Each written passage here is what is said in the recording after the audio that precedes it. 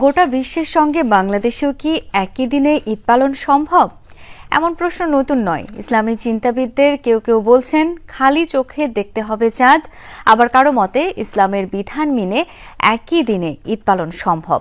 বিষ্ণু ইসলাম বলেছেন, সিয়াম তখন শুরু হবে যখন মানুষেরা রোজা রাখে, এবং ঈদ তখন পালন হবে যখন মানুষেরা ঈদ করে। অর্থাৎ একটি ভূখণ্ডের বা একটি লোকেশনের সেখানকার যারা গভর্নমেন্ট আছে বা সরকার, ইসলামী সরকার যদি থাকে, তারা যেদিন থেকে সিয়াম পালনের ব্যাপারে অ্যানাউন্স করবে রাষ্ট্রীয়ভাবে, সবাই সেদিন থেকেই পালন করবে।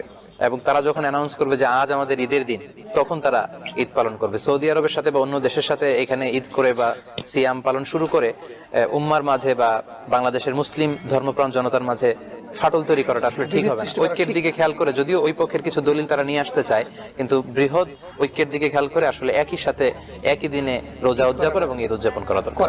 বিষ্ণু বলেছেন, সুমু লিরুইয়াতিহি ওয়া আফতিরু লিরুইয়াতিহি, তোমরা চাঁদ দেখে রোজা শুরু করো, চাঁদ দেখে রোজা ভেঙে ঈদ করো। তো আমাদের ভূখণ্ডে এই টেরিটরিতে বাংলাদেশে যখন আমরা চাঁদ দেখবো তখন আমরা রোজা শুরু করবো, এবং বাংলাদেশে যখন আমরা শাওয়ালের 1 তারিখের চাঁদ দেখবো তখন আমরা ঈদ উল ফিতর উৎসব পালন করবো।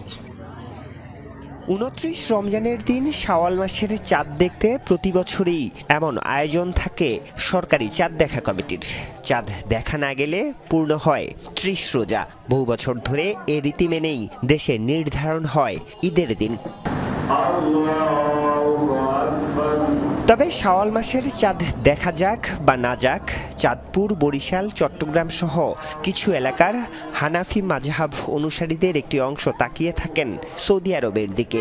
দেশটির সাথে একই দিন ঈদ পালনের পক্ষে তারা, এর সপক্ষে কুরআন হাদিসের ব্যাখ্যাও দেন তারা। হানাফি, মালিকি, হাম্বলি তিনও মাযহাবের অভিমত হচ্ছে, পৃথিবীর কোথাও যদি চাঁদ দেখা যায়, এই সংবাদ যদি বিশ্বাসযোগ্য সূত্রে যদি পৃথিবীর অন্য প্রান্তে খবরটা পৌঁছে, তাহলে তারা রোজা রাখবে এবং ঈদ করবে।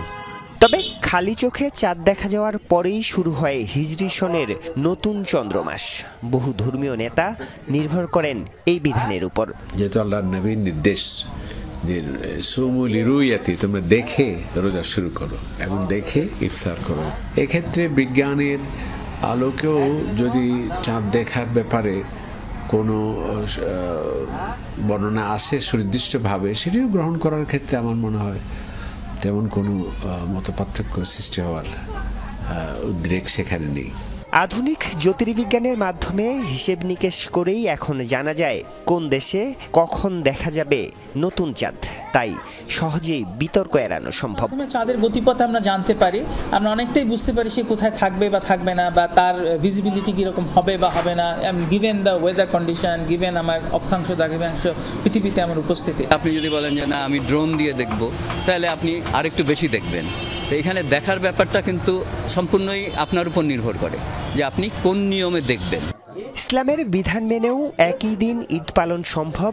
ধর্মীয় চিন্তাবিদদের কেউ কেউ এমনটা বললেও তারা স্পষ্ট করেছেন এই সিদ্ধান্ত আসতে হবে রাষ্ট্র কিংবা ওআইসি থেকে। তাহাবিদের একটা গ্রুপ আসছিল অনেক দূরের থেকে, এসে বলছিল যে ওই এলাকায় এরা মানে রোজা রাখছেন, মানে আগের দিনের থেকে রোজা রাখছেন। রাসূল সাল্লাল্লাহু আলাইহি ওয়াসাল্লাম বলছেন যে যদি আমার কাছে আগে দিন এই সংবাদটা আসতো তাহলে আমরাও রোজা রাখতাম, কিন্তু আমাদের কাছে এই সংবাদটা ছিল না। আমার দৃষ্টিটা হচ্ছে যদি সুযোগ থাকে একসাথে করতে পারলে ভালো, কিন্তু যেহেতু এটা সামাজিক একটা ইবাদত, সেই জন্য রাষ্ট্রের একটা বিষয় আছে। অনেকে বলেছেন যে হারামাইন শরীফাইনের মক্কা এবং মদিনা সেটি ক্যালেন্ডার অনুযায়ী একই দিন ঈদ করা যায় কিনা, এটি আমার মনে হয় কোনো একজন ব্যক্তি বিশেষের ফতোয়া এক্ষেত্রে ধর্তব্যের বিষয় নয়। এটি ওআইসিতে আলোচনা হতে পারে, ফিক কমিটিতে আলোচনা হতে পারে।